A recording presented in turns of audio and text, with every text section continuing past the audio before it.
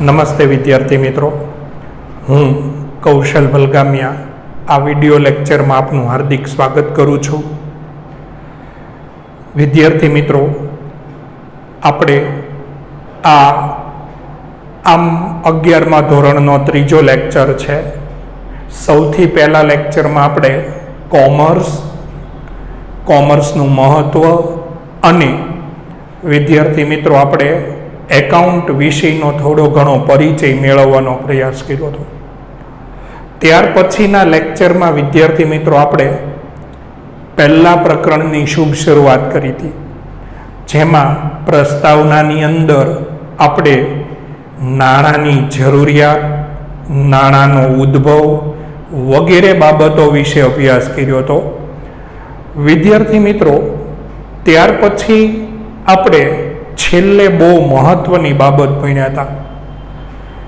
AICPA અને ASC આ બે જે એકાઉન્ટન્સીની સંસ્થાઓ છે એ મુજબ હિસાબી પદ્ધતિની વ્યાખ્યાનો આપણે અભ્યાસ કર્યો હતો.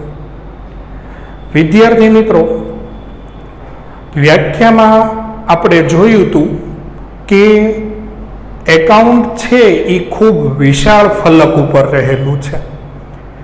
ખાલી ખર્ચા અને આવક લખી નાખવી એનું નામ એકાઉન્ટ નથી.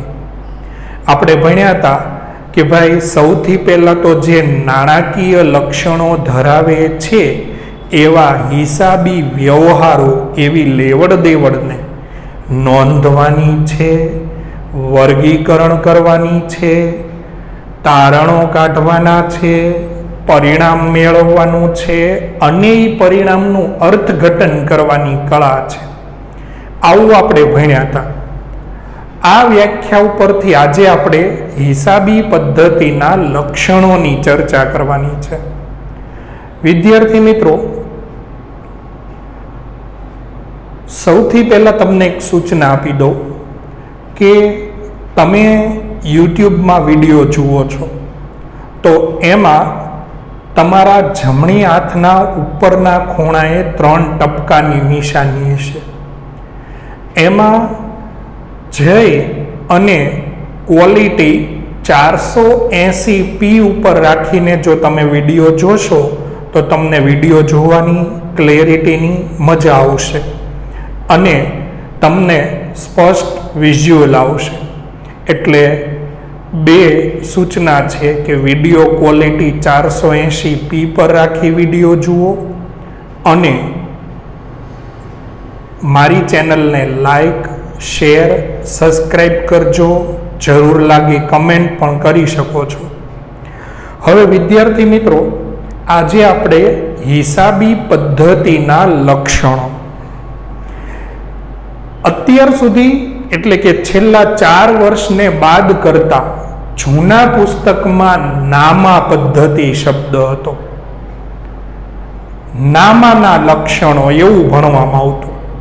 તમે જોશો તો હિસાબી પદ્ધતિના લક્ષણો ઈ પેજ ઉપર તમે વ્યાખ્યાની ઉપર જોશો તો ચોપડીમાં સ્પષ્ટતા કરેલી છે કે હવે નામાની બદલે હિસાબી પદ્ધતિ એવા શબ્દનો ઉપયોગ કરેલો છે. એટલે હિસાબી પદ્ધતિના લક્ષણો મતલબ નામાના લક્ષણો. હવે એનો વિગતે અભ્યાસ શરૂ કરીએ. વિદ્યાર્થી મિત્રો, તમે ટેક્સ્ટ બુક સાથે લઈને અભ્યાસ કરતા હશો. તમે સાથે તમારી મોબાઈલની સ્ક્રીન પર પણ જોઈ શકતા હશો કે હિસાબી પદ્ધતિના લક્ષણો. એમાં પહેલું છે નાણાકીય લક્ષણ. મિત્રો, આની પહેલાના લેક્ચરમાં આપણે બહુ સરસ ચર્ચા કરી હતી, વ્યાખ્યા ભણ્યા હતા. ત્યારે મેં તમને કીધું હતું કે હિસાબી વ્યવહારો અને બનાવો જે નાણાકીય લક્ષણ ધરાવે છે તેને નાણાંના સ્વરૂપે નોંધવાનું છે. નાણાકીય લક્ષણ. વિદ્યાર્થી મિત્રો, વ્યવહાર હિસાબી વ્યવહાર, વ્યવહાર કોને કહેવાય? લેવડ દેવડ થાય, અદલા બદલી થાય, આપ લે થાય, એને વ્યવહાર કહેવામાં આવે. હવે વિદ્યાર્થી મિત્રો, હિસાબી વ્યવહાર એટલે આર્થિક વ્યવહાર. એ નાણાંના મૂલ્યમાં આંકવામાં આવે છે. હિસાબી પદ્ધતિમાં તમે જુઓ, વ્યવહાર બનાવો એમાં પાછું નાણાકીય મૂલ્ય હોવું જોઈએ. એટલે બે બાબત છે. એક તો હિસાબી વ્યવહાર હોવો જોઈએ. તમને તમારા પપ્પા વાપરવા માટે, ખિસ્સા ખર્ચ માટે પોકેટ મની આપે, તો એ પૈસા એમાં નાણાં છે. તમને ચોક્કસ, દાખલા તરીકે તમને તમારા વાલીએ 100 રૂપિયા વાપરવા માટે આપ્યા, તો એનું નાણાકીય મૂલ્ય છે. પણ મિત્રો, એ હિસાબી વ્યવહાર નથી. કેમ કે ત્યાં કંઈક કમાવાનો ઉદ્દેશ, કંઈક વળતર મેળવવાનો ઉદ્દેશ નથી. પણ તમારા પપ્પા 100 રૂપિયા કોઈ દુકાનદારને આપીને કંઈક કરિયાણાની કોઈ વસ્તુ ખરીદે, તો એ હિસાબી વ્યવહાર થયો. એટલે મિત્રો, હિસાબી પદ્ધતિનું આગવું અને મહત્વનું લક્ષણ છે નાણાકીય લક્ષણ. નાણાકીય લક્ષણનો મતલબ થાય કે દરેક વ્યવહારને તમારે નાણાંના સ્વરૂપમાં માપવાના છે. બરાબર? કે ભાઈ ચાલો, આ લેવડ દેવડ થઈ તો એમાં કેટલા રૂપિયાની લેવડ દેવડ, ભલે કદાચ ઉધાર વ્યવહાર હોય તો ભવિષ્ય પૈસાની લેવડ દેવડ કરવાની હોય. તો નાણાકીય લક્ષણ એ હિસાબી પદ્ધતિનું મહત્વનું લક્ષણ છે. અને આગળ ઉપરાંત આપણે ભણશું મિત્રો કે નાણાકીય લક્ષણ છે ને, એની મર્યાદા છે. મર્યાદા વખતે વિશેષ ચર્ચા કરશું. બીજું છે નાણું ફેરબદલીના માધ્યમ તરીકે. મિત્રો, આપણે પ્રસ્તાવનામાં ચર્ચા કરી ગયા કે નાણું છે ને એ ફેરબદલીનું માધ્યમ છે. તમે જુઓ, અત્યારે નાણું એ આપણી વિનિમય પ્રથામાં ગોઠવાઈ ગયું છે. પહેલા વસ્તુ વિનિમય પ્રથા હતી, હવે નાણાં વિનિમય પ્રથા થઈ ગઈ. પહેલા સાટા પદ્ધતિ હતી, વસ્તુ આપીને સામે વસ્તુ લેવાની, પણ એની મર્યાદા હતી.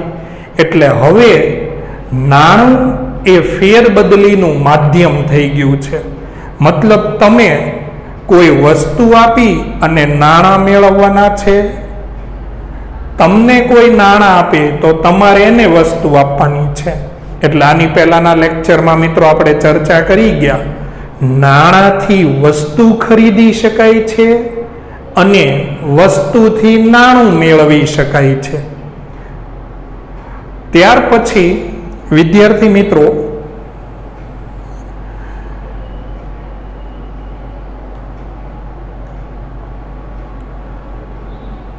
ત્રીજું લક્ષણ છે વ્યવહારોનું વર્ગીકરણ અને વિશ્લેષણ.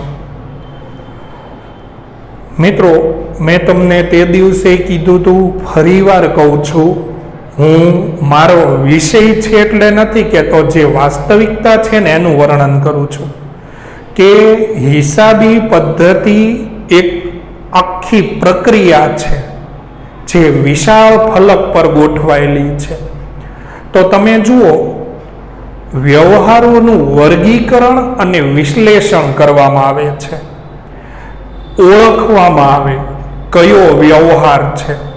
મિલકતનો વ્યવહાર છે, માલ સામગ્રીનો વ્યવહાર છે, ખરીદીનો વ્યવહાર છે, ખર્ચનો વ્યવહાર છે, આવકનો વ્યવહાર છે, રોકડેથી ખરીદીનો વ્યવહાર છે કે ઉધાર ખરીદીનો વ્યવહાર છે, બેંક સાથેનો વ્યવહાર છે, વગેરે બાબતોનું વર્ગીકરણ, જે વ્યવહાર થાય છે એનું વર્ગીકરણ કરવામાં આવે છે, એનું વિશ્લેષણ કરવામાં આવે છે.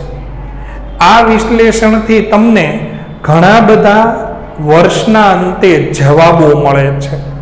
તમે જાણી શકો છો મિલકત કેટલી છે, ખર્ચ કેટલા છે, એમાં પાછો કયો ખર્ચ કેટલો થયો?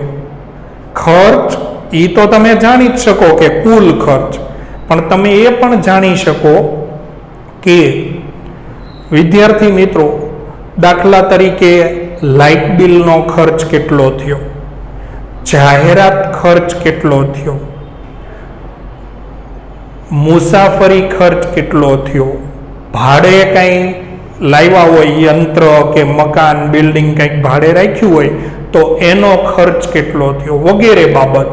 એટલે વ્યવહારોનું વર્ગીકરણ અને વિશ્લેષણ.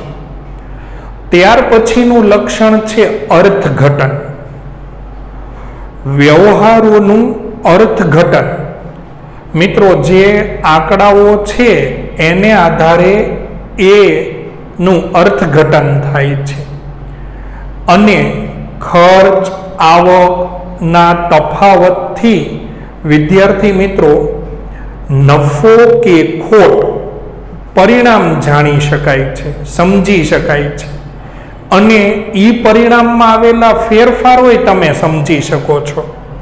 એટલે તમે જુઓ નામા પદ્ધતિનું હિસાબી પદ્ધતિનું લક્ષણ છે કે વ્યવહારોનું વર્ગીકરણ વિશ્લેષણ, પછી એ જે વ્યવહારો છે એનું અર્થઘટન કરવામાં આવે કે ભાઈ તમે આ જે વ્યવહાર કર્યો તો આવકમાં વધારો થયો, ઘટાડો થયો, કેટલો લાભ થયો, પરિણામોનું અર્થઘટન કરવામાં આવે. અર્થઘટન બહુ મહત્વની બાબત છે. પરિણામોનું અર્થઘટન થોડીક તમને ડિટેલમાં વાત કરું કે ભાઈ દાખલા તરીકે મેં આ ઉદાહરણ આપ્યું હતું એ હું રિપીટ કરું છું કે ગયા વર્ષે તમારો નફો 5 લાખ છે, આ વર્ષે તમે નફો કમાણા 6 લાખ, પછીના વર્ષે તમે નફો કમાણા 6,50,000. તો વિદ્યાર્થી મિત્રો પહેલા તમે 1 લાખ વધારે કમાણા, પછી તમે જો સામાન્ય બાબત જુઓ તો કે ભાઈ હાલો 6 લાખ કમાણા હતા, આ વખતે 6.5 લાખ રૂપિયા કમાણા, સારું કહેવાય. પણ મિત્રો તમારે એનું ઊંડું અર્થઘટન કરવાનું છે કે ભાઈ આની પહેલાના વર્ષે તો આપણે 1 લાખ રૂપિયાનો વધારો કર્યો હતો નફામાં, તો આ વખતે કેમ આપણી કાર્યક્ષમતા ઘટી ગઈ? કઈ એવી બાબત છે કે જેને લીધે? તો તમારે આ રીતે જોવું પડે, નહીતર લાંબા ગાળે એવું થાય કે આંકડો આમ વધતો હોય પણ આપણી મહેનતમાં આપણે નજીવો જ વધારો કરતા હોઈએ. એટલે આ તો મિત્રો આર્થિક બાબતો છે, આના અર્થઘટનના ઉદાહરણો આપણે અસંખ્ય આપી શકીએ છીએ. જાહેરાત ખર્ચ ગયા વર્ષે 1 લાખ રૂપિયાનો કર્યો હતો અને વેચાણ 3 લાખનું થયું હતું. આ વખતે જાહેરાત ખર્ચ 1.5 લાખ રૂપિયાનો કર્યો અને વેચાણ 3.5 લાખ જ થયું. તો આનો મતલબ એમ થયો કે જાહેરાત ખર્ચમાં વધારો કરવાથી વેચાણમાં વધારો નજીવો થાય છે. તો પછી 1 લાખ કરતા વધારે જાહેરાત ખર્ચનો નિર્ણય ન કરાય. તો આવી ઘણી બાબતોનું અર્થઘટન મિત્રો નામાની અંદર થાય છે. ત્યાર પછીનું લક્ષણ છે જથ્થાત્મક માહિતી.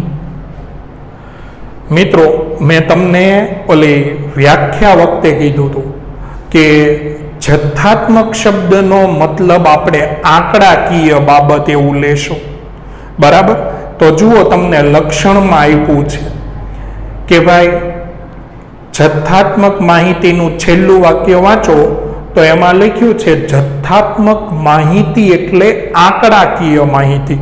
તો હિસાબી પદ્ધતિનું આ લક્ષણ છે કે એ આંકડાકીય માહિતી આપે છે, બરાબર? એમાંથી તમને આંકડા જે બાબતના તમે આર્થિક બાબતોના જે આંકડા માંગો એ મળશે ધંધાકીય વ્યવહારના. પછીનું લક્ષણ છે આર્થિક નિર્ણયો. વિદ્યાર્થી મિત્રો બહુ મહત્વનું લક્ષણ છે આર્થિક નિર્ણયો. ઇકોનોમિકલી ડિસિઝન ધંધાના માલિકે ધંધાની અંદર ઘણા બધા પ્રકારના આર્થિક નિર્ણયો લેવાના હોય છે. તો હિસાબી પદ્ધતિનું પણ આ એક લક્ષણ છે કે એ આપણને આર્થિક નિર્ણયો લેવામાં મદદ કરે છે. કેમ કે અહીંયા તો મિત્રો ધંધાના માલિકનો જે નિર્ણય છે, જેવું મોટું એકમ હોય ને એવો મોટો નિર્ણય હોય.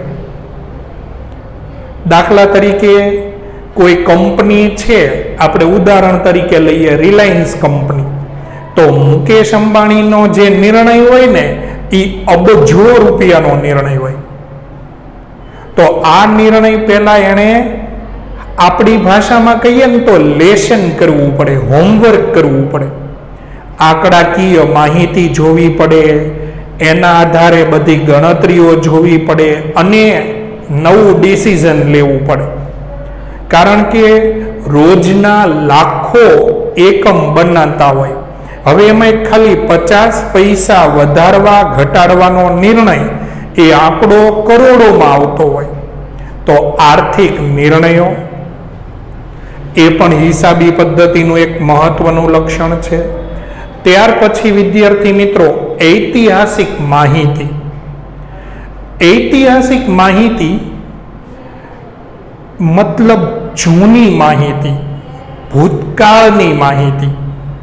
તો જુઓ, આ મર્યાદા વખતે ભણશું કે એકાઉન્ટ છે ને હંમેશા તમને જૂનું થઈ ગયેલા વ્યવહારોનું ચિત્ર બતાવે.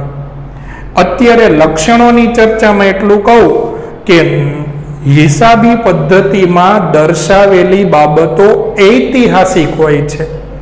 જે લેવડ દેવડ તમે કરી નાખી છે, જે ખરીદ વેચાણ, જે ખર્ચા, જે આવક તમે એ વ્યવહાર કરી નાખ્યા છે ને એનું એ ચિત્ર રજૂ કરે છે.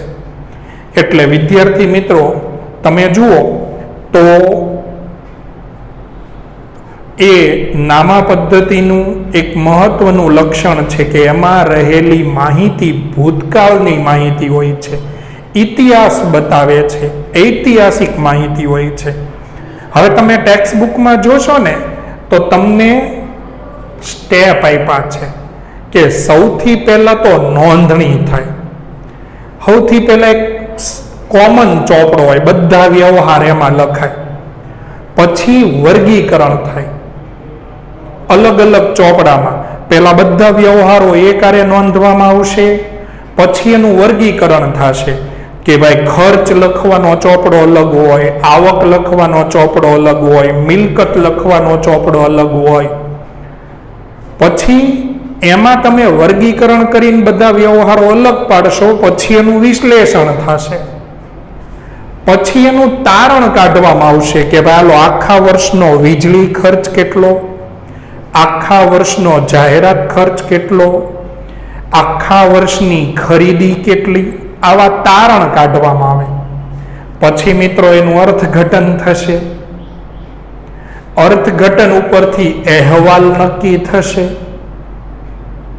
અર્થઘટન કરો પછી એના ઉપરથી અહેવાલ તૈયાર કરવામાં આવે, જે આગળ ઉપરાંત ભવિષ્ય માટે ખૂબ મહત્વનો બની રહે.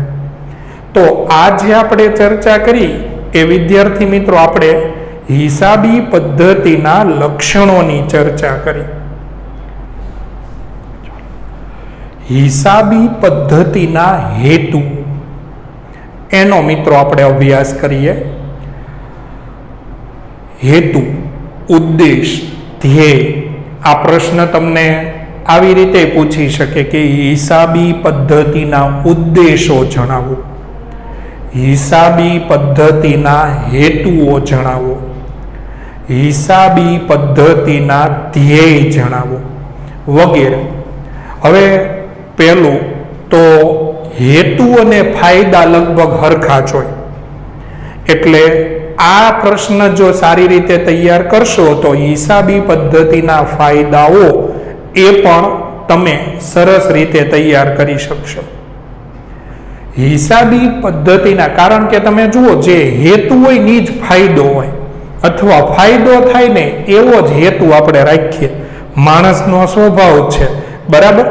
દાખલા તરીકે કોઈ એવો હેતુ રાખે કે આજે હું ઘરની બહાર જાઉં પડું ને મારો ગોઠણીઓ ભાંગી જાય? નહીં. હંમેશા જેમાં આપણો ફાયદો હોય એવા જ હેતુઓ આપણે રાખતા હોઈએ. એટલે મિત્રો, જ્યારે હું તમને હિસાબી પદ્ધતિના ફાયદાઓ ભણાવું ને ત્યારે તમારે આ હેતુઓ એમાં ભણવાના છે. ટૂંકમાં શબ્દો થોડાક ફેરબદલ થશે, પણ આ જ હેતુઓ એ હિસાબી પદ્ધતિના ફાયદા છે. માણસ કોઈ પણ કાર્ય હેતુ વગર કરતો નથી. તો આ હિસાબી પદ્ધતિ એટલે કે એકાઉન્ટના હિસાબી ચોપડાઓ તૈયાર કરવા પાછળ કયા કયા ઉદ્દેશો છે એની હવે આપણે ચર્ચા કરીએ. પહેલું, કાયમી નોંધ. જો હિસાબી પદ્ધતિનો મિત્રો આ એક બહુ સરસ ઉદ્દેશ છે કે આપણે જે વ્યવહારો બનાવવાની ચર્ચા કરીએ છીએ એ આર્થિક વ્યવહાર છે, યાદ રાખવા પડે. તો એનો મતલબ એની એક કાયમી નોંધ આપણી પાસે તૈયાર થાય, ચોપડામાં અથવા કમ્પ્યુટરમાં. તો આ એક ઉદ્દેશથી કે ભાઈ આપણે જે આર્થિક વ્યવહારો કર્યા, નાણાંના જે વ્યવહારો કર્યા છે એની એક પરમેનન્ટ કાયમી નોંધ તૈયાર થાય. આ ઉદ્દેશથી એકાઉન્ટ રાખવામાં આવે છે, નામું લખવામાં આવે છે. બીજું છે દરેક વ્યવહારની હિસાબી અસર જાણવા. દરેક વ્યવહારની હિસાબી અસર એટલે તમે જુઓ મિત્રો, તમે દાખલા તરીકે 5,000 રૂપિયા આપીને વસ્તુ લાવ્યા તો એમાં બે બાબતો બની. વસ્તુ તમારી પાસે આવી અને 5,000 રૂપિયા તમારી પાસેથી ગયા. તો આ અસર થઈ કે તમારા 5,000 રૂપિયા ઓછા થયા અને વસ્તુમાં 5,000નો વધારો થયો. આ એની અસર થઈ. તમે 2,000 રૂપિયા લાઇટ બિલ ભર્યું તો તમારો 2,000નો વીજળી ખર્ચ થયો અને એની સામે તમારા 2,000 રૂપિયાના રોકડમાં ઘટાડો થયો. તો આ હિસાબી અસર તમે જાણી શકો. જો તમે લખ્યું હોય તો તમે ભવિષ્ય એના ઉપરથી જોઈએ કે આને લીધે આમાં વધારો થયો, આમાં ઘટાડો થયો વગેરે. ટૂંકમાં તમે જે લેવડ દેવડ કરી એની શું અસર થઈ. દાખલા તરીકે તમે કોઈ વ્યક્તિને 3,000 ઉછીને આપ્યા તો 3,000 રૂપિયા ગયા અને એની સામે 3,000ની ઉઘરાણી વધી વગેરે. અસર કરતા પરિબળોની જાણકારી. તમે જુઓ મિત્રો, એક ઉદ્દેશ એવો છે કે અસર કરતા પરિબળો. તમને ધંધાનું પરિણામ મળે, નફો કે ખોટ, તો એ નફો કે ખોટ વધ્યો ઘટ્યો તો એને કઈ કઈ બાબતો અસર કરે છે એની જાણકારી મેળવવાના ઉદ્દેશથી પણ એકાઉન્ટ લખવામાં આવે છે, હિસાબી પદ્ધતિનો ઉપયોગ કરવામાં આવે છે. બહુ સરસ મજાનો મુદ્દો છે. ચોથો મુદ્દો, કરવેરાની જવાબદારી નક્કી કરવા. કરવેરા, ટેક્સ. ટેક્સની ગણતરી કઈ રીતે કરવી? ટેક્સની ગણતરી કઈ રીતે કરવી? તો હિસાબી પદ્ધતિના ચોપડા ઉપરથી ટેક્સ નક્કી થાય ને. ટેક્સ બીજો કઈ રીતે નક્કી કરવો? એક આનંદની વાત છે, રમૂજની વાત છે કે એવું તો હોય નહીં કે હાલો ભાઈ આ સાહેબ જેવો આમ આલમસ્તાન વેપારી હોય તો આને વધારે વેરો ભરવાનો, અને કોઈક દુબળો પાતળો વેપારી હોય કુપોષણ વાળો તો એને ઓછો વેરો ભરવાનો. કાંઈ પેલા સરકારી અધિકારીઓ આવે, વેરા અધિકારીઓ, બરાબર, ઇન્કમ ટેક્સ વિભાગમાંથી, તો એ કાંઈ વજન કાંટો લઈને ન આવે કે હાલો ભાઈ વેપારીનો વજન 60 કિલો હોય તો આટલો વેરો, 70 કિલો હોય તો આટલો વેરો. કરવેરા નક્કી કઈ રીતે કરવા? હિસાબી ચોપડાઓમાં દર્શાવેલા આંકડાઓ ઉપરથી. એના ઉપરથી જ નક્કી થાય ને. તમે જે તમારી ખર્ચ બાદ કરીને જે આવક બતાવી છે એ આવક ઉપર કરવેરા નક્કી થાય. તો એક ઉદ્દેશ એવો છે, અને તમે જુઓ વર્તમાન સમયમાં મિત્રો એક યુગ હતો કે બધું હાલ્યું જાતું, લગભગ કોઈ પોતાની સાચી આવક ન બતાવતા. પણ હવે જેમ જેમ ટેકનોલોજીનો વિકાસ થયો એમ હવે આજે દાખલા તરીકે ઘણી બધી એવી બાબતો છે કે એ પાકા બિલથી જ થવા માંડી છે. તો તમે જો પાકા બિલથી વસ્તુ લાવ્યા હો તો વેપારી તરીકે તમારે એને પાકા બિલથી જ વેચવું પડે. એટલે પહેલા એવો સમય હતો કે કરવેરામાંથી હાવ છટકી જાય તોય ચાલતું, પણ હવે સામાન્ય એવો કરવેરો જે છે એ ભરવો જ પડે છે. એટલે કરવેરાની જવાબદારી નક્કી કરવાનો ઉદ્દેશ, આ ઉદ્દેશ પણ મહત્વનો છે. વિદ્યાર્થી મિત્રો, આ લેક્ચરમાં આપણે અહીંયા સુધીનો અભ્યાસ રાખીએ છીએ. હજી આની પછીની લેક્ચરમાં હિસાબી પદ્ધતિના હેતુઓ અને એની સાથે એના ફાયદાઓનો અભ્યાસ કરીશું. કારણ કે ફાયદાઓ અને હેતુઓ બંને એક જ હોય છે. એટલે આજે હિસાબી પદ્ધતિના હેતુઓ, એમાં ચોથો મુદ્દો કરવેરાની જવાબદારી સુધીનું રાખીએ છીએ. વિદ્યાર્થી મિત્રો, ફરીવાર સૂચના આપી દઉં, વિડીયો જોતી વખતે વિડીયો ક્વોલિટી 480p પર રાખી વિડીયો જોશો. Okay, thank you all of you.